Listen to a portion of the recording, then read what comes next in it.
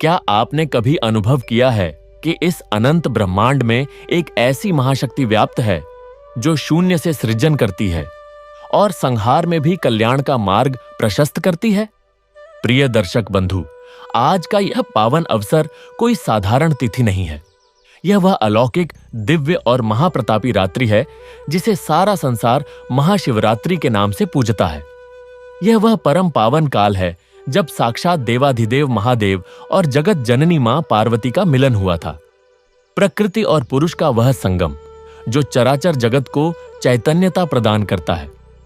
शास्त्रों में वर्णित है कि महाशिवरात्रि के दिन जो भी भक्त पूर्ण उपवास, संयम और अटूट विश्वास के साथ भगवान भोलेनाथ की यह पावन व्रत कथा सुनता है, उसके जीवन के गहरे से गहरे अंधकार, प्रारब्ध के दोष, अकाल मृत्यु का भय और दरिद्रता के बादल छंटने लगते हैं। महादेव केवल विनाशक नहीं हैं, वे परम कल्याणकारी हैं। वे वह औघड़दानी हैं जो एक लोटा जल और सच्ची श्रद्धा से ही प्रसन्न होकर अपने भक्तों के भाग्य की रेखाएं बदल देते हैं। एक पल ठहरकर अपने जीवन के संघर्षों की ओर देखिए। क्या आप मानसिक अशांति से जूझ रहे हैं? क्या आपके शत्रुओं का भय आपको विचलित कर रहा है? या फिर कठिन परिश्रम के बाद भी सफलता का शिखर आपसे दूर है? प्रिय बंधु, आज की यह महाशिवरात्रि आपके जीवन में उस शिवत्व को जगाने आई है जो असंभव को भी संभव कर देता है। भगवान शिव वह दिव्य प्रकाश हैं जो भटकते हुए मन को एकाग्रता देते हैं, और वह वैराग्य हैं जो सांसारिक मोह के बीच भी परम शांति का अनुभव कराते हैं। अकाल मृत्यु वो मरे जो काम करे चंडाल का, काल उसका क्या बिगाड़े जो भक्त हो महाकाल का। आज की यह कथा केवल शब्दों का श्रवण नहीं है, बल्कि यह जन्म जन्मांतर के पापों से मुक्ति और आत्म साक्षात्कार की एक महासाधना है। यह कथा सिखाती है कि जब मनुष्य अपने भीतर के काम, क्रोध और लोभ रूपी विष को महादेव को अर्पित कर देता है, तब उसके जीवन में सुख और अमृत की वर्षा स्वयं होने लगती है। प्रिय दर्शक बंधु, शिव भक्ति में धैर्य और पूर्णता का बहुत महत्व है। शास्त्रों का मत है कि जो भक्त शिव चर्चा या कथा को अधूरा छोड़ देता है, वह उसकी पूर्ण ऊर्जा को ग्रहण नहीं कर पाता। इसलिए निवेदन है कि आज की इस अमृतमयी कथा को अंत तक पूर्ण श्रद्धा से अवश्य सुने। संभव है कि महादेव की इस कथा का कोई एक प्रसंग, कोई एक मंत्र या कोई एक संदेश आपके जीवन के सारे कष्टों को सदा के लिए भस्म कर दे। जो व्यक्ति शिव महिमा को श्रद्धा से सुनता है, उसके जीवन में स्थिरता और वैभव का वास होता है। और यदि आप भी महादेव के सच्चे अनन्य भक्त हैं, तो इस धर्म की गंगा को जन जन तक पहुंचाना आपका परम कर्तव्य है। इसलिए इस पावन वीडियो को लाइक करें, अपने मित्रों और शिव भक्तों के साथ साझा, शेयर करें और हमारे चैनल भक्ति स्टेशन को सब्सक्राइब करना कदापि न भूलें, ताकि हर पर्व और हर विशेष अवसर पर आपको महादेव और अन्य देवी देवताओं की दिव्य कथाएं निरंतर प्राप्त होती रहें। तो आइए मस्तक पर भस्म और हृदय में ओम नमः शिवाय का जाप करते हुए इस पावन महाशिवरात्रि व्रत कथा की दिव्य यात्रा का आरंभ करते हैं।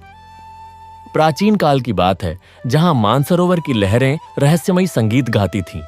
वहां सुधानगर, अमृत का नगर नाम का एक अत्यंत विलासी राज्य बसा हुआ था। यहां के राजा अमृतसेन थे। राजा अमृतसेन भगवान शिव की पूजा तो करते थे, लेकिन केवल वरदान पाने के लिए। वे मानते थे कि शिव भोले भंडारी हैं, उन पर जल चढ़ाओ और मनचाहा सुख मांग लो। उनके राज्य में लोग केवल अमृत, सुख, धन, आराम के पीछे भागते थे। अगर किसी पर जरा सा भी दुख या जिम्मेदारी, विष आ जाती, तो वे उससे भाग खड़दहे होते। उनके राज्य में रात होते ही लोग मदिरा पीकर और नर्म गद्दों पर गहरी नींद, तंद्रा में सो जाते थे। वहां जागरण, अवेकनिंग का कोई अर्थ नहीं था। वे शिव को सुख देने वाला मानते थे, लेकिन यह भूल गए थे कि शिव हलाहल पीने वाले नीलकंठ भी हैं। किंतु राजा के घर में ही तमोगुण, अज्ञान और आलस्य ने डेरा डाल रखा था। उनके 3 पुत्र थे जो जीवन की सच्चाइयों से आंखें चुराकर केवल नींद और सुख में जीते थे। सबसे बड़द्दा पुत्र सुखकामी, केवल सुख चाहने वाला था। वह जिम्मेदारी उठाने से भागता था। वह कहता, समुद्र मंथन में देवताओं ने भी अमृत ही लिया था। विष तो शिव के हिस्से आया। हम क्यों किसी का दुख बांटें? अपना सुख देखो और मौज करो। वह भूल गया था कि जो विष नहीं पचा सकता वह अमृत का अधिकारी नहीं होता। दूसरा पुत्र निद्रादास नींद का गुलाम था। उसे आध्यात्मिक और शारीरिक दोनों तरह की नींद बहुत प्यारी थी। वह कहता, रात सोने के लिए है, जगने के लिए नहीं। शिवरात्रि के दिन भूखे रहकर रात भर जागना तो पागलों का काम है। उसे नहीं पता था कि जब इंसान सोता है तो उसका भाग्य भी सो जाता है। तीसरा पुत्र भयग्रस्त, अंधेरे से डरने वाला था। उसे रात के अंधेरे और शमशान से बहुत डर लगता था। शिव महाकाल हैं जो अंधेरे में भी प्रकाश हैं, पर भयग्रस्त को लगता था कि हर काली चीज डरावनी है। वह कहता, शिव गले में सांप क्यों रखते हैं? यह बहुत भयानक है। मुझे तो केवल फूल और खुशबू चाहिए। राजा अमृतसेन हर त्रयोदशी को शिव का रुद्राभिषेक दूध और शहद से करते, पर कभी भांग या धतूरा, कड्डी ढवाहट नहीं चढ़ाते थे। वे प्रार्थना करते, हे उमापति, हे चंद्रशेखर, मेरे पुत्र सुख में सो रहे हैं। सुख कामी को विष से डर लगता है, निद्रा दास को जागरण से चिरख है और भयग्रस्त अंधेरे से कांपता है। प्रभु, हमारे जीवन में कभी कोई हलाहल दुख मत आने देना। समय बीता और फाल्गुन मास की कृष्ण पक्ष की चतुर्दशी महाशिवरात्रि की रात आई और राज्य पर एक भयानक विपत्ति टूट पड़ी। महाविष, द ग्रेट कॉस्मिक पॉइजन का धुआं। अचानक आधी रात को जमीन फटी और उसमें से एक नीला जहरीला धुआं हलाहल का अंश निकलने लगा। यह धुआं शरीर को नहीं बल्कि आत्मा को मार रहा था। जो लोग सो रहे थे वे उस धुएं के प्रभाव से हमेशा के लिए कोमा, जीवित लाश में जाने लगे। सुख कामी के रेशमी गद्दे अचानक कांटों की तरह चुभने लगे। वह अमृत सुख ढूंढता रहा, पर उसे हर चीज में कड़ी ढिहावाहट विष महसूस होने लगी। निद्रा दास जो गहरी नींद में था, उसे भयानक डरावने सपने आने लगे। वह उठना चाहता था, पर उसकी पलकें पत्थर की हो गईं। उसे नींद में ही घुटन होने लगी। भयग्रस्त ने अंधेरे से बचने के लिए सारे दिए जलाए, पर वह नीला धुआं हर रोशनी को निगल गया और उसे उसी घोर अंधकार में धकेल दिया। राजा समझ गए कि यह महाकाल की चेतावनी है। जब इंसान दूसरों का विष पीने से इनकार कर देता है और अज्ञान की नींद में सोता है, तो अंततः उसका अपना सुख ही जहर बन जाता है। इस धुएं से बचने का केवल एक ही उपाय था, महाजागरण, रात भर जागकर शिव का ध्यान करना। तब राजा अमृतसेन ने अपने नर्म गद्दे छोड़ दिए। उन्होंने शरीर पर भस्म रमाई, हाथ में एक बिल्व पत्र, बेल लीफ और एक लोटा गंगा जल लिया और उस घोर अंधकार वाली रात में उस महाकाल वन की ओर प्रस्थान किया, जहां शिव एक अनंत ज्योतिर्लिंग के रूप में प्रकट हुए थे। जाते समय उन्होंने अपने घुटन से पपते और नींद से जूझते पुत्रों से चिल्लाकर कहा, तुम्हें सुख, नींद और रोशनी से प्यार था ना? देखो, आज तुम्हारी नींद ही तुम्हारी मौत बन रही है। शिव केवल वरदान नहीं है, शिव वह आग है जो अज्ञान को जलाती है। मैं उस नीलकंठ के पास जा रहा हूं। यदि तुम इस जहर से बचना चाहते हो और असली अमृत पाना चाहते हो, तो अपनी आंखें खोलो, नींद को त्यागो और एयूएम नमः शिवाय का नाद करते हुए मेरे पीछे उस घने अंधेरे में चले आना। हर हर महादेव। राजा के ये शब्द तीर की तरह उनके हृदय में लगे। तीनों पुत्रों ने उस नीले धुएं से घुटते हुए, जीवन और मृत्यु के बीच झूलते हुए अपने पिता की ओर देखा। राजा अमृतसेन का चेहरा उस घोर अंधकार में भी एक दिव्य तेज से जगमगा रहा था। यह तेज किसी राजसी वस्त्र या मुकुट का नहीं, बल्कि उस आंतरिक जागरण का था जो उनमें प्रज्वलित हो चुका था। बड्ढा पुत्र सुख कामी चीखा, पिताश्री, यह पागलपन है। यह जंगल तो भयानक है, वहां तो पिशाच और भूत रहते हैं। हम महल में ही मरना पसंद करेंगे। लेकिन जैसे ही उसने यह कहा, नीले धुएं ने उसका गला और जोर से दबाया। उसे लगा जैसे कोई उसके प्राण ही चुरा रहा है। उसने देखा उसके भाई निद्रा दास तो पहले ही बेहोशी की हालत में पडडीढे कराह रहे थे और भयग्रस्त एक कोने में सिकुड़ कर कांप रहा था। उसके पास कोई चारा नहीं बचा। जीवन का अंतिम सत्य, मृत्यु का भय, उसे उस अंधकार की ओर ढकेल रहा था। उसने अपने पिता की दिशा में पहला कदम बढ़ाया। यह कदम सुख के महल से निकलकर संभावित दुहक के जंगल की ओर था, और जैसे ही उसने यह कदम बढ़ाया, उसे लगा जैसे उसके सीने पर रखा कोई भारी पत्थर हल्का हो गया। एओएम नमः शिवाय उसके मुंह से अनायास ही निकल गया। उसने अपने बेहोश भाई निद्रादास को उठाया, उसके कान में जोर से कहा, उठ भाई, उठ। मृत्यु तुम्हारे सिर पर खड्डी है, महाकाल ही एकमात्र आश्रय है। और भयग्रस्त का हाथ पकड़कर उसे भी खींच लिया। चारों ओर से आती उन चीख पुकार और हाहाकार के बीच राजा अमृतसेन के नेतृत्व में यह छोटा समूह उस घने भयानक महाकाल वन की ओर चल पड़ा। महल उनके पीछे एक सपने की तरह धुंधला हो रहा था, और सामने था घना अंधकार, जहां हर पत्ता, हर आवाज, हर हवा का झोंका रहस्य और भय से भरा हुआ था। वह महाशिवरात्रि की रात थी, साधारण रात नहीं। वह रात ब्रह्मांड की वह घड़ी होती है जब सृष्टि के पर्दे हट जाते हैं और शिव तत्व सबसे अधिक सुलभ हो जाता है। उस रात जंगल और भी अधिक भयानक हो गया था। पेड़ों की छायाएं विकराल राक्षसों का रूप धारण कर रही थीं। हवा में सनसनाहट थी, मानो अदृश्य आत्माएं गुजर रही हों। कहीं दूर से गीदधों के झुंड के भौंकने की आवाज आ रही थी, जो किसी शव यात्रा के गीत जैसी लग रही थी। जैसे ही वे जंगल की गहराई में दाखिल हुए, उन्हें डमरू की मध्यम लेकिन भेदी आवाज सुनाई दी।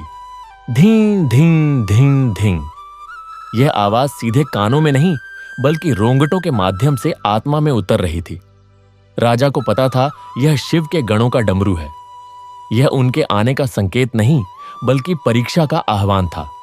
रास्ता कठिन होने वाला था। अचानक सामने से एक भयानक आवाज आई। एक विशालकाय पिशाच, जिसकी आंखें अंगारों की तरह लाल थीं और जिसके लंबे लंबे नुकीले दांत चांदनी में चमक रहे थे, उनके सामने आ खड़ा हुआ। वह बोला, अरे रे रे, किधर जा रहे हो सुधानगर वालों? यह रास्ता तो केवल उनका है जो मरे हुए हैं या जिन्होंने जीना ही छोड़ दिया हो। तुम तो सुख विलास के किड्ढे हो। वापस लौट जाओ, नहीं तो मैं तुम्हें अपना भोजन बना लूंगा। भयग्रस्त तो उसे देखते ही बेहोश होने को हुआ। वह अपने पिता की पीठ से चिपक गया और कांपने लगा। सुखकामी ने पिशाच की ओर देखा, और पहली बार उसे यह जीव अरुचिकर नहीं बल्कि करुणाजनक लगा। उसने देखा कि पिशाच कितना अकेला है, कितना भूखा है। उसके मन में एक नई भावना जागी।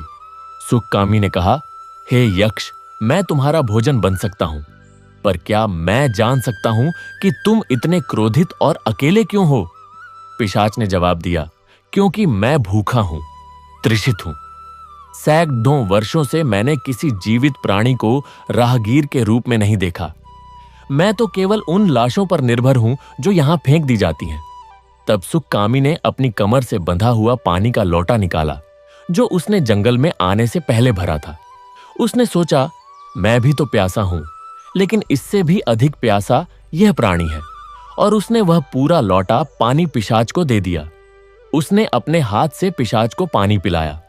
पानी की कुछ बूंदें पिशाच के हाथों पर गिरीं। पिशाच ने पानी पिया और उसकी आंखों से आंसू बह निकले। यह पहली बार था जब सुखकामी ने किसी और का दुख अपना दुख बना लिया था। उसने अपने सुख के अमृत की एक बूंद दूसरे के विष को कम करने के लिए लगा दी, और उसी क्षण एक अद्भुत घटना घटी। पिशाच का विकराल रूप बदलने लगा। उसकी लाल आंखें शांत हुईं, उसके नुकीले दांत सामान्य हुए, और वह एक दिव्य पुरुष के रूप में प्रकट हुआ। वह शिव का एक गण था जो उनकी परीक्षा लेने आया था। उसने आशीर्वाद दिया, सुखकामी, तूने सच्चा सुख जान लिया। सुख दूसरों को देने में है, लेने में नहीं। अब तू शिव का सच्चा भक्त है। और वह अंतर ध्यान हो गया। हर हर महादेव। उधर निद्रादास, जो अभी भी बेहोशी और जागने के बीच झूल रहा था, उसे यह सब सपने जैसा लग रहा था। वह चल तो रहा था, पर उसकी आंखें बंद थीं। नींद का डोप उस पर अभी भी हावी था। वह सोते सोते ही चल रहा था। अचानक उसके पैर में एक कांटा चुभ गया। वह जोर से चीखा और उसकी आंखें खुल गईं। उसने देखा आकाश में करोड़ों तारे चमक रहे थे। वह आकाश इतना विशाल था, इतना गहरा कि उसे लगा मानो वह किसी अनंत समुद्र में खो गया हो। उसने सोचा, यही तो ब्रह्मांड है। मैं इतने दिनों सोता रहा कि मैंने इसे कभी देखा ही नहीं। यह तमाशा तो हर रात होता है, पर मैं सो जाता था। उसने तारों को देखा, उनके समूहों को देखा, उनकी टिमटिमाहट को देखा। उसे लगा मानो कोई अदृश्य शक्ति उन तारों को धागे में पिरो रही है। वह ब्रह्मांडीय नृत्य, वह अनंत लय, वही तो शिव का तांडव है। उसने देखा कि आकाश गंगा का एक चमकीला पथ कैसे बह रहा है। यह गंगा का ही स्वर्गीय रूप था जो शिव की जटाओं से बह रही थी। निद्रा दास की नींद हमेशा के लिए खुल गई। उसकी आध्यात्मिक आंख खुल गई थी। अब वह नींद को मृत्यु नहीं बल्कि एक आलस्य समझ गया था जो उसे इस अनंत सौंदर्य से दूर रखता था। उसने ओम नमः शिवाय का जाप करना शुरू कर दिया और उसकी नींद भाग गई। उसके पैरों में नई ऊर्जा का संचार हुआ। भयग्रस्त अभी भी कांप रहा था। वह पिशाच के गायब होने के बाद भी डरा हुआ था। उसे हर झाड़ी में कोई ना कोई दिखाई देता था। वह सोचता, यहां तो सांप ही सांप हैं। शिव के गले में सांप है तो यह जंगल तो उनका घर है। यहां तो सांप और बिच्छू ही होंगे। वह कांपता हुआ अपने पिता से लिपटा रहा। चलते चलते वे एक ऐसे स्थान पर पहुंचे जहां घना अंधकार और भी गहरा हो गया था। यहां तक कि तारों की रोशनी भी नहीं आ रही थी। पेड़ इतने घने थे कि उन्होंने सूर्य और चांद दोनों को ढक लिया था। राजा अमृतसेन रुके। उन्होंने कहा, बेटों, यह है महाकाल वन का हृदय। यहां स्वयं महाकाल का वास है। यह अंधकार डरावना नहीं है, यह तो शिव की गोद है। भयग्रस्त चिल्लाया, नहीं पिताश्री, यहां तो कुछ दिखाई नहीं देता। मैं नहीं जा सकता, मैं वापस जाऊंगा। लेकिन जैसे ही उसने पीछे मुड़कर देखा, वहां भी वही घना अंधकार था। आगे भी अंधकार, पीछे भी अंधकार। वह फंस गया था। तभी उसके पैर में कुछ ठोस लगा। उसने हाथ बढ़ाकर देखा, वह एक पत्थर था। लेकिन जैसे ही उसने उसे छुआ, उसे लगा कि यह साधारण पत्थर नहीं है। यह बर्फ की तरह ठंडा था, लेकिन अंदर से ऊर्जा का स्रोत बह रहा था। उसने उसे धीरे से सहलाया। उसकी बनावट अद्भुत थी। उसे लगा मानो उसने किसी को पहचान लिया हो। वह उस पत्थर से लिपट गया। उसने अपनी बाहें उसके चारों ओर डाल दी और अपना सिर उस पर टिका दिया। उस पत्थर से एक अद्भुत शांति का प्रवाह उसके शरीर में उतरने लगा। डर गायब हो गया। कंपकंपी बंद हो गई। उसे लगा जैसे कोई उसे गले लगा रहा है, कोई उसकी रक्षा कर रहा है, कोई उससे कह रहा है, डर मत, मैं हूं। उसने अपनी आंखें खोलीं और अंधकार में झांका। अब उसे अंधकार डरावना नहीं बल्कि एक घना मखमली आवरण लग रहा था जिसमें वह सुरक्षित था। यह वही शिवलिंग था जो अनादिकाल से वहां स्थापित था। भयग्रस्त ने पहली बार अंधकार को गले लगाया था। उसने उसे अपनी मां की गोद की तरह पाया था। डर हमेशा अंधकार से नहीं होता, डर तो अज्ञात से होता है। जब अंधकार ही आपका आश्रय बन जाए तो डर कहां रह जाता है। तीनों पुत्र 3 अलग अलग रास्तों से, लेकिन एक ही लक्ष्य की ओर बढ़ रहे थे। वे सब अब शिव के नाम का जाप कर रहे थे। राजा अमृतसेन उनके आगे आगे चल रहे थे और उनके पीछे ये तीनों अब पूरी तरह जागृत और निडर होकर उस घने अंधकार में आगे बढ़ रहे थे। रास्ते में उन्हें एक और अनुभव हुआ। एक शिकारी जो जंगल में शिकार के लिए आया था, वह भी उस विष के धुएं से बचने के लिए भटक रहा था। वह उनके पास आया और बोला, हे राजन, मैं तो एक अज्ञानी शिकारी हूं। मैं जानवरों को मारता हूं। मैं शिव को नहीं जानता, लेकिन आज मैं डर गया हूं। क्या मैं भी तुम्हारे साथ चल सकता हूं? राजा ने कहा, शिव तो सबके हैं, शिकारी के भी और शिकार के भी। आओ चलो। और वे सब एक साथ आगे बढ़े। चलते चलते उन्हें एक पुराना वृक्ष दिखाई दिया जिसके नीचे एक बहुत प्राचीन शिवलिंग था। वह शिकारी उस शिवलिंग के पास गया और उस पर कुछ पत्ते चढ़ाने लगा। राजा ने पूछा, तुम क्या कर रहे हो? शिकारी ने कहा, मैं नहीं जानता कि पूजा कैसे की जाती है, लेकिन मेरे मन में इन पत्तों को चढ़ाने की इच्छा हो रही है। राजा ने देखा वह शिकारी बिल्व पत्र नहीं बल्कि एक साधारण पेड़ के पत्ते तोड़कर चढ़ा रहा था। लेकिन उसकी आंखों से आंसू बह रहे थे और उसके हृदय में अपार श्रद्धा थी। तब राजा को उस प्रसिद्ध कथा का स्मरण हो आया जो गुरु लोग सुनाते हैं। राजा ने कहा, बेटों सुनो, एक बार एक शिकारी था जो इसी तरह एक शिवरात्रि की रात जंगल में शिकार के लिए निकला। उसे कोई जानवर नहीं मिला और वह एक बेल वृक्ष पर चढ़कर छिप गया ताकि नीचे से गुजरने वाले जानवरों पर निशाना लगा सके। रात भर वह वहीं बैठा रहा। उसे नींद नहीं आई क्योंकि वह शिकार की प्रतीक्षा में था। नीचे, उसी वृक्ष के नीचे एक शिवलिंग था जो पत्तों से ढका हुआ था। रात भर जागते रहने के कारण वह बेलपत्र तोड़ तोड़कर नीचे फेंकता रहा। उसे पता भी नहीं था कि वे पत्ते शिवलिंग पर गिर रहे हैं। उसका मन तो शिकार में लगा था, लेकिन उसके कर्म से शिव की पूजा हो रही थी। रात भर जागरण और अनजाने में बिल्व पत्र अर्पण। सुबह होते ही भगवान शिव प्रकट हुए और उसे मोक्ष प्रदान किया। देखो, राजा ने कहा, शिव को भाव चाहिए, भक्ति चाहिए, पत्ते नहीं। यह शिकारी जो आज हमारे साथ है, उसकी आंखों में भी वही भाव है। वह अनजाने में ही सही इस रात जाग रहा है और शिव का नाम जप रहा है। यही महाशिवरात्रि का सार है। जैसे जैसे रात गहरी होती जा रही थी, वैसे वैसे उनका अनुभव और गहरा होता जा रहा था। वे आगे बढ़े और उन्होंने देखा कि दूर एक विशाल अग्निस्तंभ आकाश को छू रहा है। वह अग्निस्तंभ अनंत था। उसका आदि नहीं दिखता था और अंत भी नहीं। उसकी लपटें लाखों सूर्यों के समान तेजस्वी थीं, लेकिन उसमें से कोई गर्मी नहीं निकल रही थी, बल्कि एक दिव्य शीतलता का अनुभव हो रहा था। राजा ने कहा, यह वही ज्योतिर्लिंग है जिसके दर्शन के लिए ब्रह्मा और विष्णु ने युद्ध किया था। तीनों पुत्रों ने पूछा, कैसा युद्ध पिताश्री? राजा ने कथा सुनानी शुरू की। एक बार की बात है, ब्रह्मा और विष्णु में इस बात पर विवाद हो गया कि उनमें से श्रेष्ठ कौन है। दोनों ही अपने अपने बल और महिमा का बखान करने लगे। तब उनके इस अहंकार को चूर करने के लिए भगवान शिव एक अनंत अग्निस्तंभ के रूप में प्रकट हुए। वह स्तंभ इतना विशाल था कि उसका आदि और अंत कोई नहीं देख सकता था। ब्रह्मा और विष्णु ने उस स्तंभ के आदि और अंत को खोजने का निश्चय किया।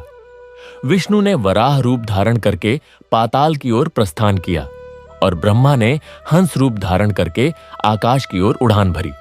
वर्षों बीत गए, सहस्रों वर्ष। विष्णु जी उस स्तंभ का अंत नहीं पा सके और वापस लौट आए। उन्होंने स्वीकार किया कि वह अग्निस्तंभ अनंत है, लेकिन ब्रह्मा जी ऊपर की ओर जाते जाते थक गए। उन्होंने देखा कि रास्ते में एक केतकी का फूल गिर रहा है। ब्रह्मा जी ने उस फूल से पूछा, तुम कहां से आ रहे हो? केतकी ने कहा, मैं उस अग्निस्तंभ के शिखर पर चढ़ा हुआ था और अब नीचे गिर रहा हूं। ब्रह्मा जी ने सोचा, मैं तो अंत नहीं पा सका, लेकिन यह फूल मेरी गवाही दे सकता है। और वे उस केतकी को लेकर वापस लौट आए। वापस आकर उन्होंने विष्णु जी और सभी देवताओं के सामने झूठ बोल दिया। उन्होंने कहा, मैंने उस अग्निस्तंभ का अंत देख लिया है। यह केतकी का फूल इसकी गवाही देता है। केतकी ने भी ब्रह्मा जी के झूठ का समर्थन किया। तब उस अनंत अग्निस्तंभ के भीतर से भगवान शिव प्रकट हुए। वे क्रोधित थे। उन्होंने कहा, ब्रह्मा, तुमने झूठ बोला है। मैं अनंत हूं, मेरा कोई अंत नहीं है। तुम्हारे इस अहंकार और झूठ के कारण तुम्हारी पूजा नहीं होगी। पृथ्वी पर तुम्हारा कोई मंदिर नहीं होगा। और केतकी को भी शाप दिया कि वह कभी भी उनकी पूजा में प्रयोग नहीं होगा।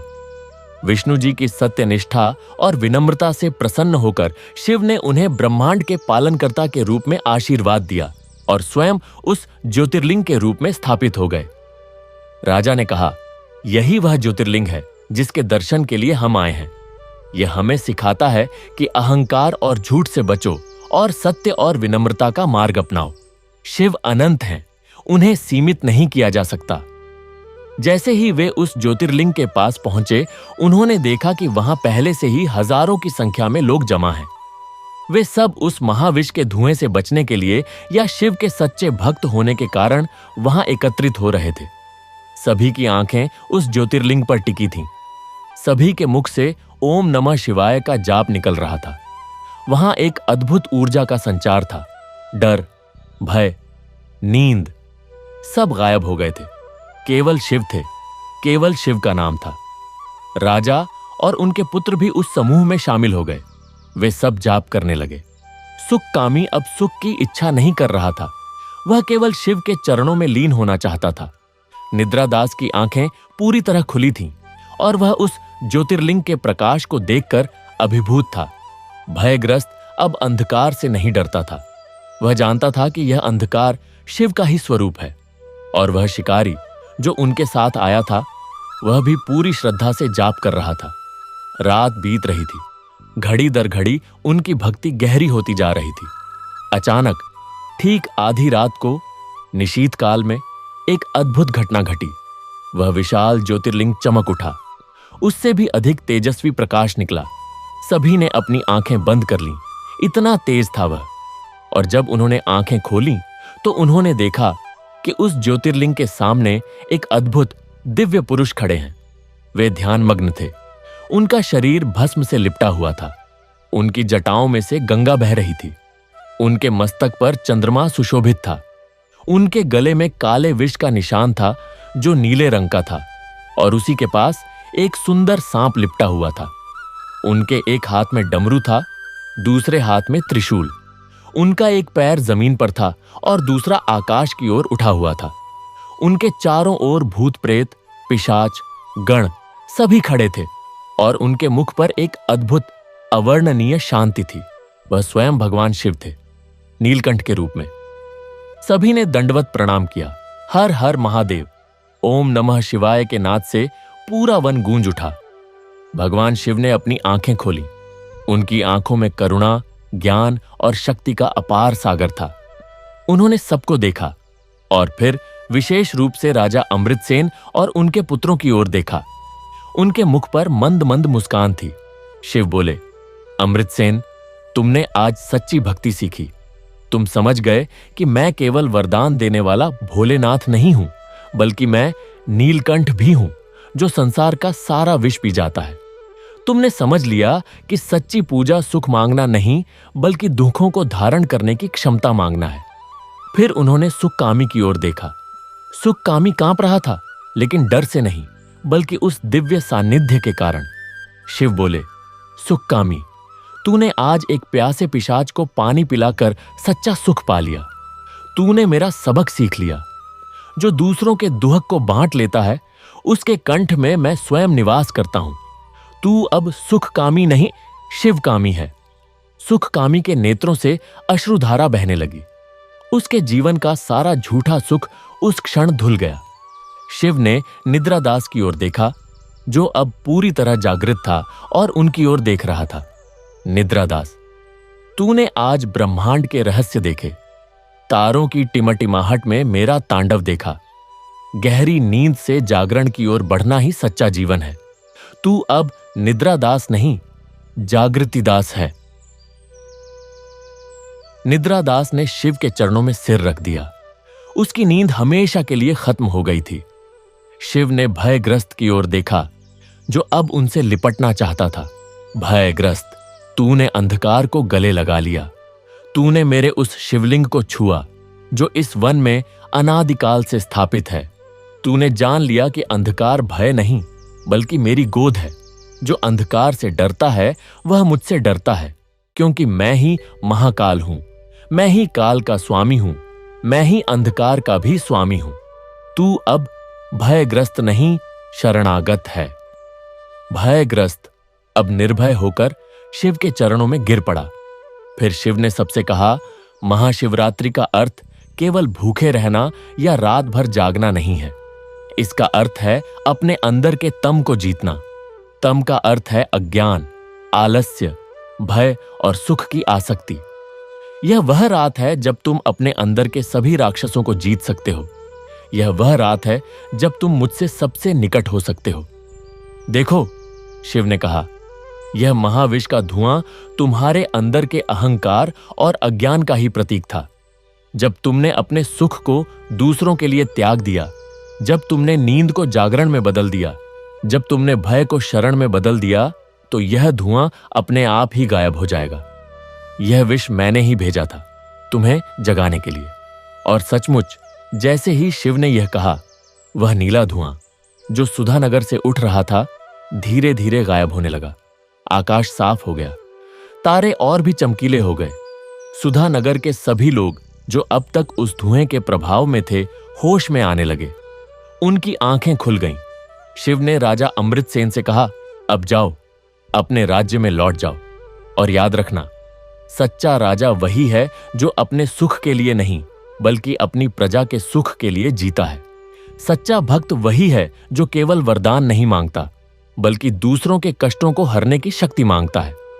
राजा और उनके पुत्रों ने भगवान शिव की परिक्रमा की और उन्हें प्रणाम किया। शिव अंतर्ध्यान हो गए, लेकिन उनकी ऊर्जा, उनका आशीर्वाद उनके हृदय में हमेशा के लिए बस गया। वे सब वापस सुधानगर की ओर चल पड़े, लेकिन अब वे पहले जैसे नहीं थे। राजा अमृतसेन का अहंकार समाप्त हो गया था। सुखकामी अब सुख का भूखा नहीं था। निद्रादास अब हमेशा जागता रहता था।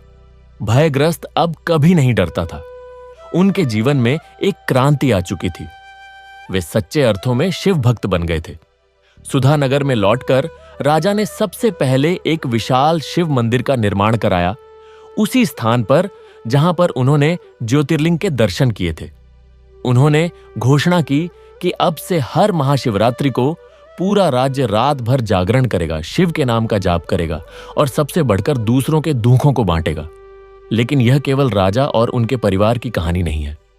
यह कहानी आपकी है, मेरी है, हर उस इंसान की है जो जीवन में केवल सुख की खोज में भटक रहा है, जो अज्ञान की नींद में सोया हुआ है, जो भय के अंधकार से घिरा हुआ है। यह महाशिवरात्रि की रात हम सबके लिए एक अवसर है, एक चुनौती है, एक जागरण का निमंत्रण है। उस रात के बाद सुधानगर में जीवन बदल गया। लोग अब केवल अपने सुख के बारे में नहीं सोचते थे, वे दूसरों की मदद करते थे, उनके दुख बांटते थे। वे रात को जल्दी नहीं सोते थे बल्कि ध्यान और जाप में समय बिताते थे। उन्हें अंधकार से डर नहीं लगता था, क्योंकि उन्हें पता था कि अंधकार में भी महादेव है। और राजा के तीनों पुत्र, वे अब राजकुमार नहीं बल्कि महान संत बन गए थे। वे दूर दूर जाकर शिव की महिमा का गान करते थे। लोग उन्हें शिवकामी, जागृति दास और शरणागत के नाम से जानते थे। यह महाशिवरात्रि की कथा है जो हमें सिखाती है कि जीवन में केवल सुख ही पर्याप्त कुछ नहीं है। जीवन में दुख को धारण करने की क्षमता भी होनी चाहिए। नींद केवल शरीर को आराम देने के लिए नहीं है बल्कि आत्मा के जागरण के लिए भी है। और अंधकार केवल भय का कारण नहीं है बल्कि शिव की गोद में समर्पण का स्थान भी है। हर हर महादेव। AUM नमः शिवाय। उस घटना के बाद हर साल फाल्गुन मास की कृष्ण पक्ष की चतुर्दशी को सुधानगर में एक भव्य उत्सव मनाया जाता था। लेकिन यह उत्सव दिखावे का नहीं होता था। यह आत्म मंथन का, आत्म जागरण का और आत्मसमर्पण का उत्सव होता था। लोग दिन भर उपवास रखते और रात भर जागकर शिव के गणों की कथाएं सुनते, शिव के नाम का कीर्तन करते और ध्यान में लीन हो जाते। राजा अमृतसेन स्वयं इस उत्सव की अगुवाई करते। वे लोगों को उस रात की याद दिलाते जब उनके जीवन ने करवट ली थी। वे उन्हें समझाते कि शिव केवल मंदिरों में नहीं बल्कि हर उस स्थान पर हैं जहां कोई दूसरों के लिए अपना सुख त्यागता है, जहां कोई नींद को जागरण में बदलता है और जहां कोई भय को शरण में बदलता है। वर्षों बीत गए। राजा अमृतसेन वृद्ध हो गए। एक दिन उन्होंने महसूस किया कि उनका समय निकट आ रहा है। उन्होंने अपने तीनों पुत्रों को बुलाया। अब वे तीनों ही परिपक्व, ज्ञानी और दयालु राजकुमार थे। राजा ने कहा, बेटों, अब मैं इस शरीर को त्यागने वाला हूं। मैंने जीवन में बहुत कुछ सीखा है, पर सबसे बड़ी सीख मुझे उस महाशिवरात्रि की रात मिली थी। मैंने सीखा कि शिव क्या है। शिव केवल एक देवता नहीं है, वे एक तत्व हैं। वे चेतना है। वे वह दृष्टि हैं जो हमें सत्य को देखने की शक्ति देती है। मैं तुम तीनों को यह आशीर्वाद देता हूं कि तुम हमेशा उस तत्व से जुड़े रहो। सुखकामी, तुम राजा बनोगे। याद रखना, राजा का सुख अपनी प्रजा के सुख में है। जब कोई प्रजाजन दुखी हो तो समझना कि तुम्हारा ही अंग दुखी है। उसके दुख को अपना लेना, यही सच्चा राजधर्म है। यही तुम्हारी शिव साधना है। सुखकामी ने सिर झुका लिया। निद्रादास, तुम धर्म के प्रचारक बनोगे। तुम लोगों को जागरूक करोगे, उन्हें बताओगे कि आध्यात्मिक नींद क्या है और उससे कैसे बचा जाए। उन्हें बताओगे कि यह संसार केवल भोगने के लिए नहीं है, बल्कि समझने के लिए है। उन्हें ब्रह्मांड के रहस्य बताओगे जो तुमने उस रात देखे थे। निद्रा दास ने भी सिर झुका लिया, भयग्रस्त।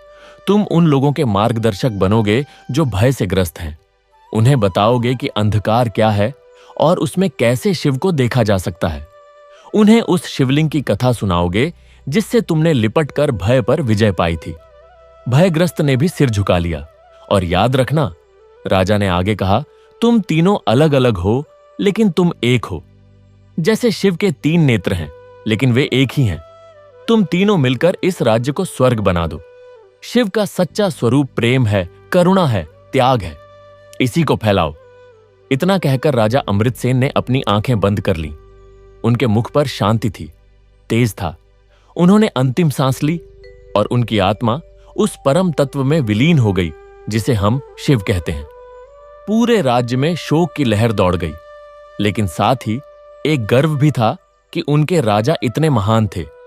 उनका अंतिम संस्कार उसी महाकाल वन में किया गया जहां उन्होंने शिव के दर्शन किए थे। वहां उसी शिवलिंग के पास उनकी समाधि बनाई गई। सुखकामी, जो अब राजा बने, ने अपने पिता के नाम पर एक विशाल धर्मशाला बनवाई जहां गरीबों, बीमारों और जरूरतमंदों को मुफ्त भोजन और आश्रय मिलता था। वे स्वयं प्रतिदिन वहां जाते और लोगों की सेवा करते। यही उनकी पूजा थी। निद्रा दास ने पूरे राज्य में यात्राएं की। उन्होंने हर गांव, हर नगर में जाकर लोगों को जागरूक किया। उन्होंने उन्हें बताया कि नींद केवल शारीरिक नहीं होती, आध्यात्मिक भी होती है। जो लोग केवल पेट भरने और सोने में ही जीवन बिता देते हैं, वे सबसे बड़ी नींद में सोए हुए हैं। उन्होंने लोगों को ध्यान, जाप और सत्संग के माध्यम से उस नींद से जगाने का प्रयास किया। भयग्रस्त, जो अब शरणागत कहलाते थे, ने उसी महाकाल वन में एक आश्रम बनाया। वहां वे उन लोगों को शरण देते जो जीवन में किसी न किसी भय से ग्रस्त थे, चाहे वह मृत्यु का भय हो, असफलता का भय हो या कोई और भय। वे उन्हें अंधकार में बैठना सिखाते। उन्हें उस शिवलिंग के पास ले जाते और कहते, देखो, यह अंधकार है, इसे महसूस करो। यह तुम्हें डरा रहा है? नहीं, यह तुम्हें गोद में ले रहा है। यह शिव की गोद है। डरो मत, समर्पण कर दो। इस तरह उस महाशिवरात्रि की रात की घटना ने केवल राजा अमृतसेन और उनके पुत्रों को ही नहीं बदला, बल्कि पूरे सुधानगर को बदल दिया। वह राज्य जो कभी केवल सुख विलास का प्रतीक था, अब ज्ञान, करुणा और त्याग का केंद्र बन गया। वहां के लोग समझ गए थे कि जीवन का सच्चा अमृत दूसरों के दुहक को हरने में है और सच्चा सुख शिव के चरणों में लीन होने में है। और इस परिवर्तन की गूंज केवल सुधानगर की सीमाओं तक ही सीमित नहीं रही। यह परिवर्तन एक लहर की तरह चारों दिशाओं में फैलने लगा। दूर दूर से लोग सुधानगर आने लगे, उस राज्य को देखने जहां सुख का अर्थ बदल गया था, जहां लोग रात में जागकर शिव का नाम जपते थे और जहां राजा स्वयं भूखों को भोजन कराते थे। वे लोग जो सुधानगर आते, वे यहाँ की हवा में कुछ अलग अनुभव करते। यहाँ की हवा में केवल सुगंध नहीं थी, बल्कि एक दिव्य ऊर्जा का संचार था। यहाँ के लोगों की आंखों में एक चमक थी जो उन्हें कहीं और नहीं दिखती थी। वे देखते कि कैसे एक किसान अपने खेत में काम करते हुए भी ओम नमः शिवाय का जाप कर रहा है, कैसे एक माँ अपने बच्चे को दूध पिलाते हुए भी शिव की कथा सुना रही है, कैसे एक बूढ़ा व्यक्ति चरखा चलाते हुए भी ध्यान में लीन है। और यह देखकर वे चकित रह जाते। वे पूछते, यह कैसा राज्य है? यहाँ के लोग इतने शांत, इतने प्रसन्न और इतने ऊर्जावान कैसे हैं? तब सुधानगर के लोग उन्हें उस महाशिवरात्रि की रात की कथा सुनाते। वे उन्हें राजा अमृतसेन और उनके 3 पुत्रों की कथा सुनाते। वे उन्हें बताते कि कैसे उस रात एक महाविष का धुआं उठा था और कैसे वे सब उस जागरण की रात में शिव से मिलने गए थे। और जैसे जैसे वे यह कथा सुनते, उनकी आंखें खुलती। उन्हें एहसास होता कि वे भी उसी नींद में सोए हुए थे जिसमें कभी सुधानगर के लोग सोते थे। वे भी केवल सुख के पीछे भाग रहे थे। वे भी नींद को अपना सबसे बड़ा सुख मानते थे। वे भी अंधकार से डरते थे और फिर वे भी बदलने का निर्णय लेते। धीरे धीरे आसपास के राज्यों में भी यह परिवर्तन फैलने लगा। वहां के राजा भी सुधानगर आकर राजा सुखकामी अब शिवकामी से मिलते। वे उनसे राजधर्म सीखते। वे उनसे सीखते कि कैसे एक राजा को प्रजा का सेवक होना चाहिए, न कि स्वामी।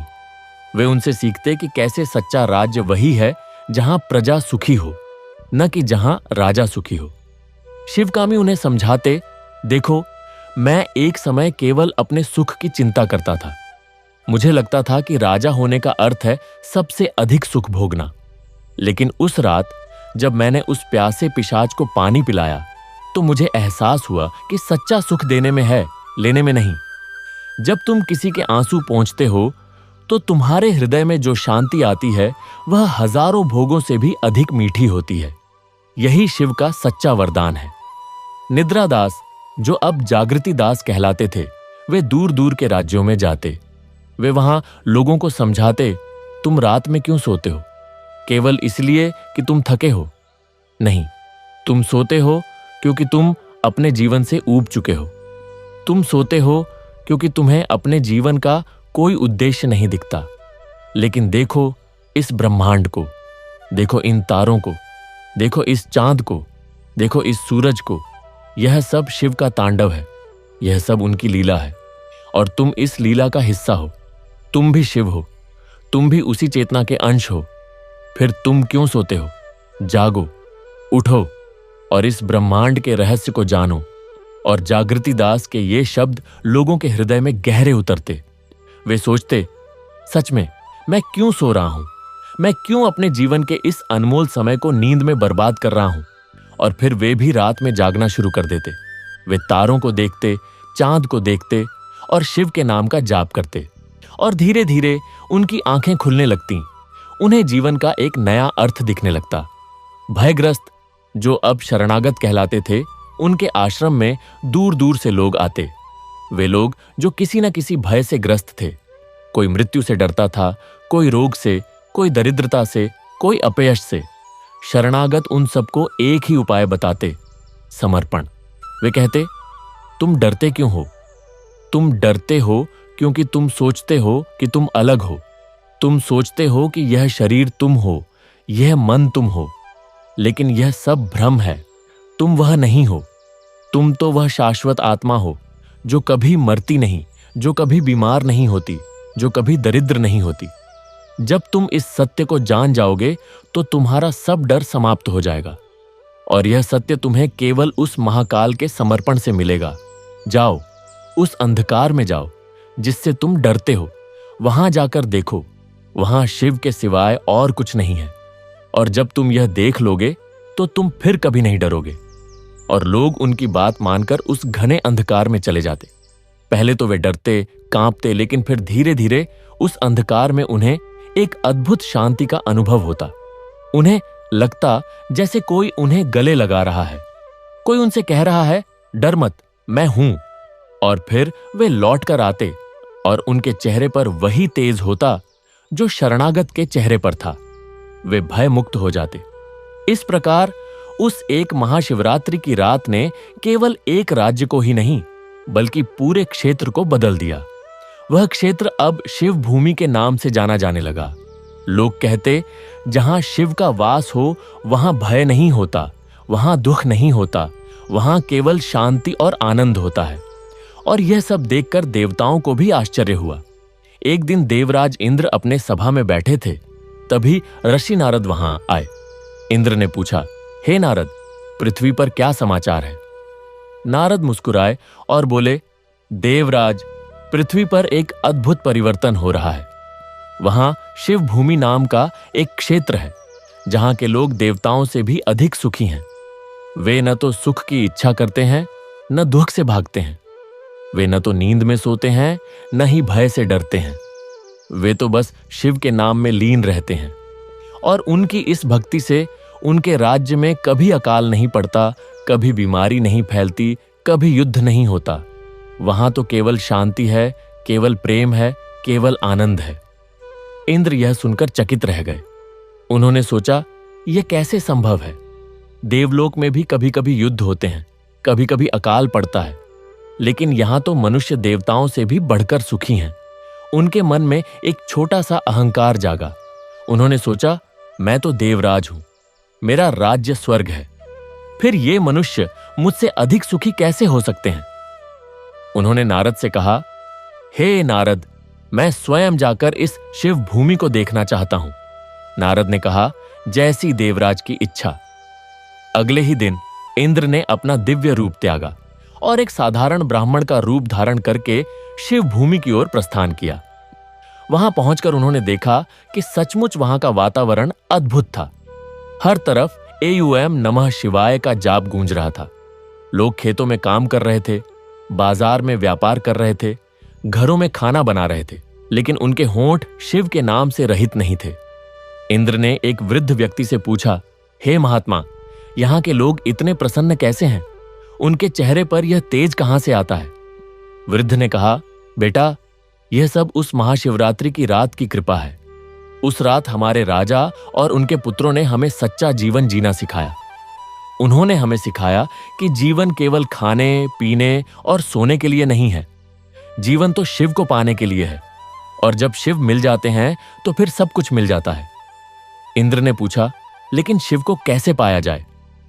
वृद्ध ने कहा, शिव को पाने के लिए किसी मंदिर की जरूरत नहीं, किसी पुजारी की जरूरत नहीं, बस एक चीज चाहिए, प्रेम।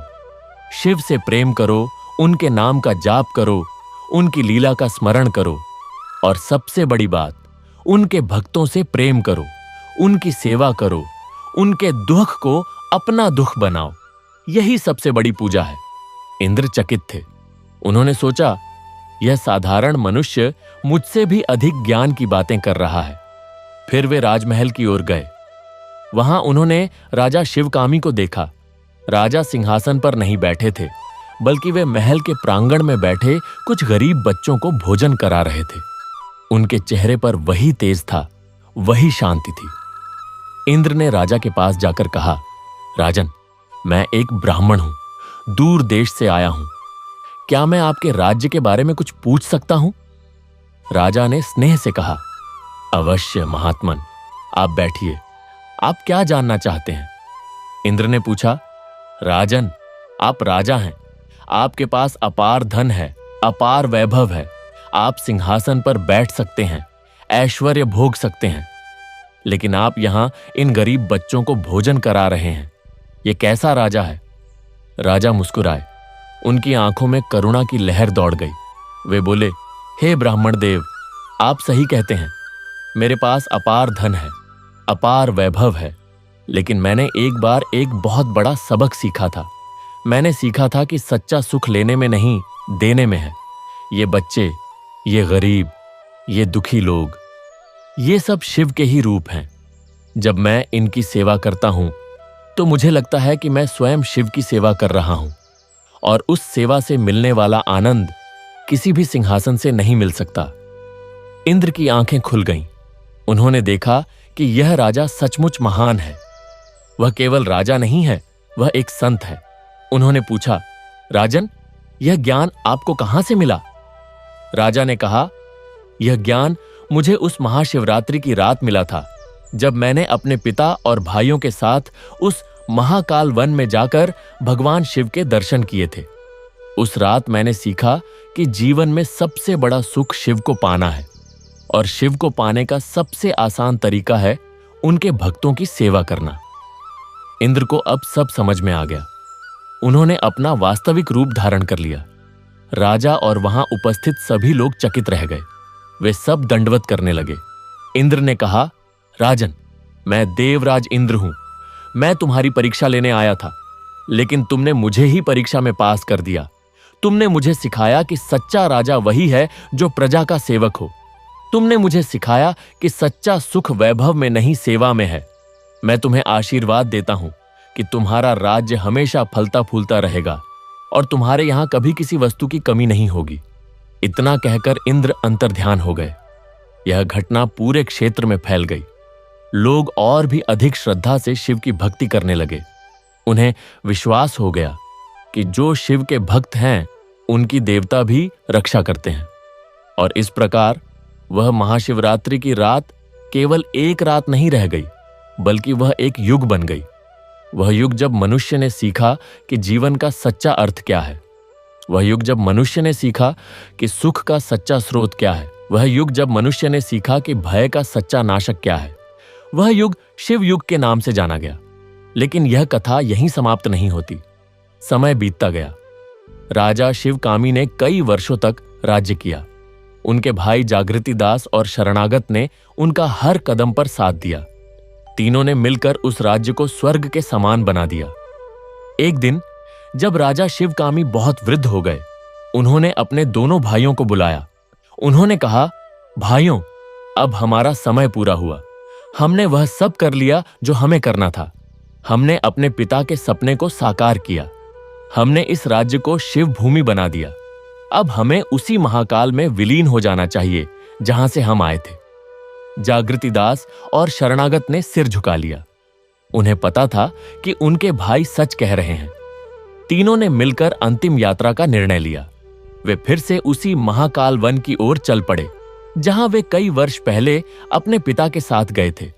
अब वे वृद्ध थे, लेकिन उनके कदमों में वही ऊर्जा थी, उनकी आंखों में वही चमक थी और उनके होंठों पर वही जाप था, ओम नमः शिवाय।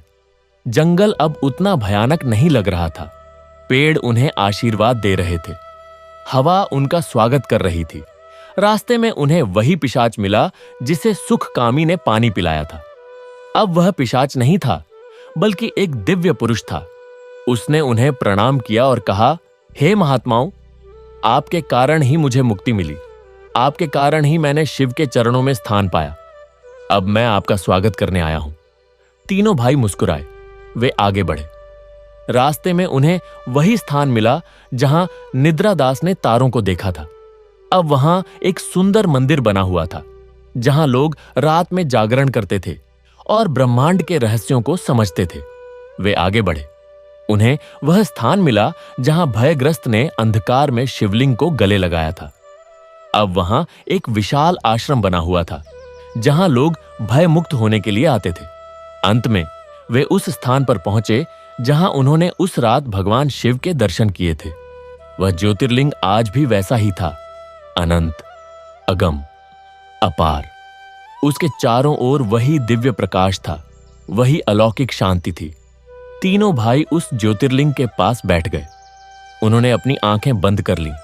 उनके होंठों पर ओम नमः शिवाय का जाप था और धीरे धीरे उनकी सांसें धीमी होने लगीं।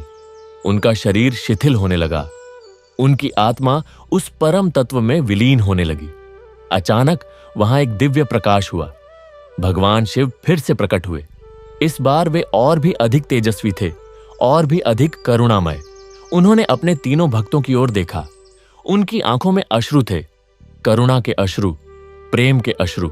शिव बोले, उठो मेरे पुत्रों, तुमने अपना कार्य पूरा कर लिया। तुमने न केवल अपने राज्य को बल्कि पूरे क्षेत्र को शिवमय बना दिया। तुमने दिखा दिया कि सच्ची भक्ति क्या होती है। अब तुम्हारा समय आ गया है कि तुम इसी ज्योतिर्लिंग में विलीन हो जाओ। तीनों भाइयों ने अपनी आंखें खोली। उन्होंने शिव के चरणों में प्रणाम किया। शिव ने उन्हें आशीर्वाद दिया और फिर तीनों भाई उस ज्योतिर्लिंग के प्रकाश में विलीन हो गए। उनका शरीर वहीं रह गया, लेकिन उनकी आत्मा उस अनंत चेतना में समा गई। ऐसा कहा जाता है कि आज भी फाल्गुन मास की कृष्ण पक्ष की चतुर्दशी की रात को उस महाकाल वन में, उस ज्योतिर्लिंग के पास 3 दिव्य पुरुष बैठे दिखाई देते हैं। वे ध्यान में लीन रहते हैं और उनके होंठों से ओम नमः शिवाय का जाप निकलता रहता है। जो भी भक्त उस रात वहां जाता है, उसे उनके दर्शन होते हैं और उसके सभी दुख दूर हो जाते हैं। और इस प्रकार वह महाशिवरात्रि की रात, वह राजा अमृतसेन और उनके 3 पुत्रों की कथा युगों युगों तक चलती रही। लोग इसे सुनते रहे, समझते रहे और अपने जीवन में उतारते रहे, क्योंकि यह केवल एक कथा नहीं है, यह एक जागरण का आह्वान है। यह एक निमंत्रण है हर उस आत्मा के लिए जो अज्ञान के अंधकार में भटक रही है, जो सुख के भ्रम में खोई हुई है और जो भय के जाल में फंसी हुई है। और यह आह्वान केवल उस युग तक सीमित नहीं रहा। यह आह्वान समय की हर सीमा को पार करता हुआ, युगों युगों से होता हुआ आज इस क्षण, इस पल आप तक पहुंच चुका है। हाँ, ठीक इसी क्षण जहां आप बैठे हैं, चाहे आप किसी भी अवस्था में हो, किसी भी परिस्थिति में हो, यह आह्वान आपके लिए है। क्योंकि देखिए, वह सुखकामी आज भी हमारे भीतर जीवित है।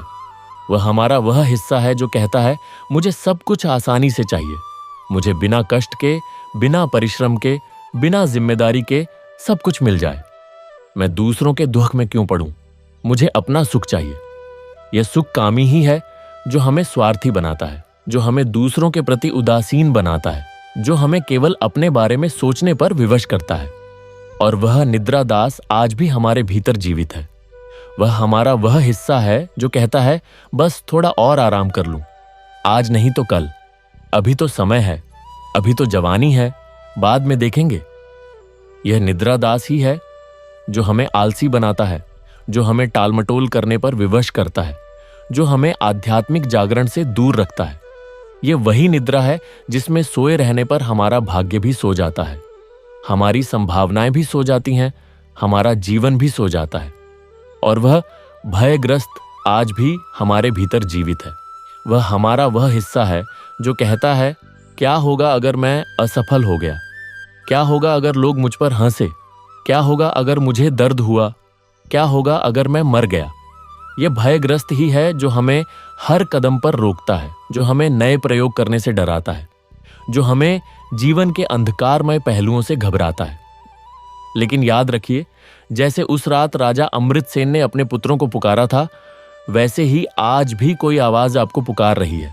वह आवाज किसी संत की हो सकती है, किसी गुरु की हो सकती है, किसी किताब के शब्दों में हो सकती है, या फिर आपके अपने हृदय की गहराइयों से उठने वाली एक अस्पष्ट सी पुकार हो सकती है। वह पुकार कहती है, उठो, जागो, अपनी नींद तोड़ो, अपने भय को त्यागो, अपने सुख के मोह को छोड़ो और उस महाकाल की ओर चलो जो तुम्हारी प्रतीक्षा कर रहे हैं। हां, वह महाकाल आज भी प्रतीक्षा कर रहे हैं।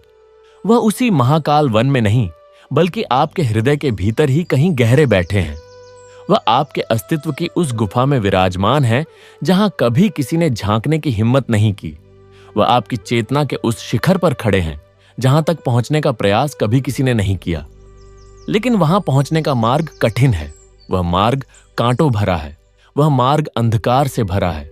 वहां भूत प्रेत हैं, वहां पिशाच हैं, वहां भयानक आवाजें हैं, वहां हर कदम पर आपको लुभाने वाली शक्तियां हैं जो आपको वापस ले जाना चाहेंगी, आपके सुख के महलों में, आपकी नींद की खाटों पर, आपके भय के कोनों में। वहां के पिशाच आपसे कहेंगे, वापस लौट जाओ, यह रास्ता तुम्हारे लिए नहीं है, तुम सुख विलास के कीड़े हो, तुम यहां क्या करोगे? लेकिन आपको उनकी बातों में नहीं आना है, आपको उनके सामने डटे रहना है। और हो सकता है कि उन पिशाचों में से कोई आपका ही प्रियजन हो, कोई आपका ही मित्र हो, कोई आपका ही परिवार का सदस्य हो। वे आपको प्रेम के बंधन में बांधकर वापस खींचना चाहेंगे। वे कहेंगे, हमें छोड़कर कहां जा रहे हो? हमारा क्या होगा? तुम्हारे बिना हम कैसे रहेंगे? लेकिन आपको समझना होगा कि यह भी उन्हीं पिशाचों का एक रूप है जो आपको आपके लक्ष्य से भटकाना चाहते हैं। वहां की निद्रा देवी आपको अपनी गोद में बुलाएंगी। वह कहेगी, आओ, थोड़ा आराम कर लो, इतनी जल्दी क्या है? रात अभी लंबी है, पहले सो लो, फिर चलेंगे। और उसकी आवाज इतनी मधुर होगी, इतनी लुभावनी होगी कि आपका मन करेगा कि बस एक पल के लिए लेट जाएं, बस एक पल के लिए आंखें बंद कर लें। लेकिन याद रखिए, वह एक पल ही आपकी पूरी रात बर्बाद कर सकता है। वह एक पल ही आपके जीवन भर की साधना को नष्ट कर सकता है। वहां का अंधकार आपको डराएगा। वह हर झाड़ी में कोई ना कोई दिखाएगा, वह हर आवाज में कोई ना कोई राक्षस सुनाएगा। वह हर कदम पर आपको लगेगा कि अब मैं गिर पड़ूंगा, अब मैं खो जाऊंगा, अब मैं कभी वापस नहीं लौट पाऊंगा। लेकिन आपको डरना नहीं है, आपको उस अंधकार को गले लगाना है, आपको उससे लिपट जाना है, जैसे भयग्रस्त उस शिवलिंग से लिपट गया था। और तब आप पाएंगे कि वह अंधकार कोई अंधकार नहीं है, बल्कि शिव की गोद है। वह गोद आपको सहारा देगी, वह गोद आपकी रक्षा करेगी, वह गोद आपको उस मंजिल तक पहुंचा देगी। और जब आप उस मंजिल पर पहुंचेंगे तो आप पाएंगे कि वहां पहले से ही हजारों लोग इकट्ठे हैं। वे सब आपकी तरह ही इस रास्ते पर चले थे, वे सब आपकी तरह ही कठिनाइयों से गुजरे थे, वे सब आपकी तरह ही भूत प्रेतों से लड़े थे, नींद से जूझे थे, भय को हराया था। और अब वे सब एक साथ एक ही स्वर में एयूएम नमः शिवाय का जाप कर रहे हैं। उस समूह में आपको वह शिकारी भी मिलेगा जो अनजाने में ही सही उस रास्ते पर चल पड़ा था। वह शिकारी आपको याद दिलाएगा कि भक्ति के लिए किसी डिग्री की जरूरत नहीं है, किसी प्रमाण पत्र की जरूरत नहीं है, बस एक सच्चे मन की जरूरत है, एक पवित्र भाव की जरूरत है। उस समूह में आपको वह पिशाच भी मिलेगा जो एक बार आपको डराने आया था। अब वह आपका मित्र होगा, आपका सहयोगी होगा। वह आपको बताएगा कि कैसे उसने भी आपके कारण मुक्ति पाई थी, कैसे आपके एक छोटे से त्याग ने, आपके एक छोटे से प्रेम ने उसे भी बदल दिया था। और तब ठीक आधी रात को निशीथ काल में वह घटित होगा जिसके लिए आप इतनी दूर आए हैं। वह ज्योतिर्लिंग चमक उठेगा, उससे ऐसा प्रकाश निकलेगा कि आपकी आंखें चौंधिया जाएंगी। और उस प्रकाश में से वही नीलकंठ, वही चंद्रशेखर, वही महाकाल, वही भोलेनाथ प्रकट होंगे। और वह आपसे क्या कहेंगे? वह आपसे कहेंगे, बेटा तू आ गया, मैं तेरी ही प्रतीक्षा कर रहा था। तूने अपने सुख को त्याग दिया, तूने अपनी नींद को हरा दिया, तूने अपने भय को जीत लिया। अब तू मेरा है, अब मैं तेरा हूं। और उनके इन शब्दों को सुनकर आपकी आंखों से आंसू बह निकलेंगे। वे आंसू दुहक के नहीं होंगे, सुख के नहीं होंगे, भय के नहीं होंगे। वे आंसू होंगे कृतज्ञता के, शांति के, अनुभूति के। वे आंसू होंगे उस आत्मा के जो अपने घर लौट आई है। और फिर शिव आपको आशीर्वाद देंगे। वह आपके सिर पर अपना कर कमल रखेंगे और उस स्पर्श से आपके सारे पाप धुल जाएंगे, आपके सारे कष्ट मिट जाएंगे, आपके सारे भय समाप्त हो जाएंगे, आपका जीवन धन्य हो जाएगा। लेकिन याद रखिए, यह सब पाने के लिए आपको उस रास्ते पर चलना ही होगा। कोई और आपके लिए नहीं चल सकता। आपके पिता नहीं चल सकते, आपकी माता नहीं चल सकती, आपका गुरु नहीं चल सकता। आपको स्वयं ही चलना होगा, स्वयं ही उठना होगा, स्वयं ही जागना होगा, स्वयं ही लड़ना होगा, स्वयं ही जीतना होगा। हाँ, रास्ते में आपको सहारा मिलेगा। राजा अमृतसेन जैसे पिता मिलेंगे जो आपको मार्ग दिखाएंगे। शिवकामी जैसे भाई मिलेंगे जो आपका हाथ थामेंगे। जागृति दास जैसे मित्र मिलेंगे जो आपको जगाते रहेंगे। शरणागत जैसे संत मिलेंगे जो आपको भय मुक्त करेंगे। लेकिन अंतिम यात्रा तो आपको स्वयं ही करनी है। तो फिर देर किस बात की? क्यों टाल रहे हैं? क्यों सोच रहे हैं कि अभी समय है? क्यों डर रहे हैं कि कल कर लेंगे? याद रखिए, यह क्षण, यह पल, यह सांस, यही आपका जीवन है। कल का क्या पता, कल कौन सा रोग आपको घेर ले, कल कौन सी दुर्घटना हो जाए, कल कौन सी विपत्ति आ जाए। कल का क्या भरोसा। इसीलिए तो कहा गया है, कर भला आज भला, आज ही उठो, आज ही जागो, आज ही उस मार्ग पर चल पड़ो। और यह मार्ग कोई भौतिक मार्ग नहीं है। यह कोई ऐसा मार्ग नहीं कि आपको किसी जंगल में जाना होगा, किसी पहाड़ पर चढ़ना होगा, किसी नदी को पार करना होगा। यह मार्ग तो आपके भीतर ही है। यह मार्ग आपके हृदय से होकर गुजरता है। यह मार्ग आपके मन से होकर गुजरता है। यह मार्ग आपकी बुद्धि से होकर गुजरता है। यह मार्ग आपके अहंकार की परतों को तोड़ता हुआ, आपकी वासनाओं के जंगल को काटता हुआ, आपके भय के अंधकार को चीरता हुआ सीधा आपके हृदय की उस गुफा तक जाता है जहां शिव विराजमान है। तो आज ही, इसी क्षण, इसी पल एक प्रण करें। प्रण करें कि मैं अब और नहीं सोऊंगा। प्रण करें कि मैं अब और सुख के पीछे नहीं भागूंगा। प्रण करें कि मैं अब और भय में नहीं जीऊंगा। प्रण करें कि मैं शिव को पाकर ही रहूंगा। और यह प्रण कोई साधारण प्रण नहीं है। यह प्रण आपके पूरे जीवन को बदल देगा। यह प्रण आपको एक नई दिशा देगा। यह प्रण आपको एक नई ऊर्जा देगा। यह प्रण आपको एक नया जीवन देगा। हाँ, शुरू में कठिनाई होगी। सुखकामी आपको बार बार ललचाएगा। निद्रा दास आपको बार बार सुलाने की कोशिश करेगा। भयग्रस्त आपको बार बार डराएगा। लेकिन आप डटे रहिए। आप अपने प्रण पर अडिग रहिए। आप ओम नमः शिवाय का जाप करते रहिए। और एक दिन ऐसा आएगा जब ये सब शक्तियां आपके सामने हार मान लेंगी। वे समझ जाएंगी कि यह व्यक्ति अब नहीं रुकेगा। यह व्यक्ति अब हमारा नहीं है।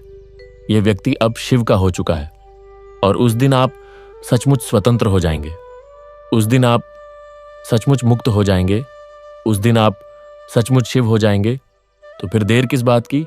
उठिए, जागिए और चलिए उस मार्ग पर जो आपको आपके ही भीतर के शिव से मिलाएगा। हर हर महादेव। ओम नमः शिवाय। हर हर महादेव। ओम नमः शिवाय। हर हर महादेव। AUM नमः शिवाय। और अब इस कथा को सुनने के बाद क्या आपको लगता है कि आप वही राजा अमृतसेन हैं, या फिर आप उनके पुत्रों में से कोई एक हैं, या फिर आप वह शिकारी हैं जो अनजाने में ही सही इस मार्ग पर चल पड़ा है, या फिर शायद आप वह स्वयं शिव हैं जो इस कथा के माध्यम से स्वयं को ही सुन रहे हैं, क्योंकि अंततः यह सब एक ही तो है। राजा भी शिव हैं, पुत्र भी शिव हैं, शिकारी भी शिव हैं, पिशाच भी शिव हैं, और यह कथा सुनने वाला भी शिव ही है। यही तो अद्वैत का रहस्य है, यही तो शिव का सबसे बड़ा वरदान है। वह हर किसी में है, वह हर चीज में है। वह राजा में है, वह रंक में है, वह देवता में है, वह दानव में है, वह पुण्यात्मा में है, वह पापी में है, वह जागृत में है, वह सुप्त में भी है। बस एक बार आंखें खुल जाएं, एक बार नींद टूट जाए, एक बार भय मिट जाए और आप उसे हर जगह देखने लगेंगे। तब आपको हर चेहरे में शिव का चेहरा दिखेगा, हर आवाज में शिव का डमरू सुनाई देगा, हर स्पर्श में शिव का स्पर्श महसूस होगा। और तब आप समझ जाएंगे कि यह सारा संसार, यह सारा ब्रह्मांड कुछ और नहीं बल्कि शिव का ही विस्तार है। शिव ही सब कुछ है, सब कुछ शिव ही है। यही वह ज्ञान है जो उस महाशिवरात्रि की रात राजा अमृतसेन और उनके पुत्रों को मिला था। यही वह ज्ञान है जो उस शिकारी को मिला था। यही वह ज्ञान है जो उस पिशाच को मिला था। और यही वह ज्ञान है जो आज इस कथा के माध्यम से आपको मिल रहा है। तो इसे अपने जीवन में उतारिए, इसे अपने व्यवहार में उतारिए, इसे अपनी हर सांस में उतारिए, और फिर देखिए कैसे आपका जीवन बदल जाता है, कैसे आपके दुहक मिट जाते हैं, कैसे आपके भय समाप्त हो जाते हैं, कैसे आपकी नींद टूट जाती है, कैसे आपको वह सुख मिलता है जो कभी समाप्त नहीं होता।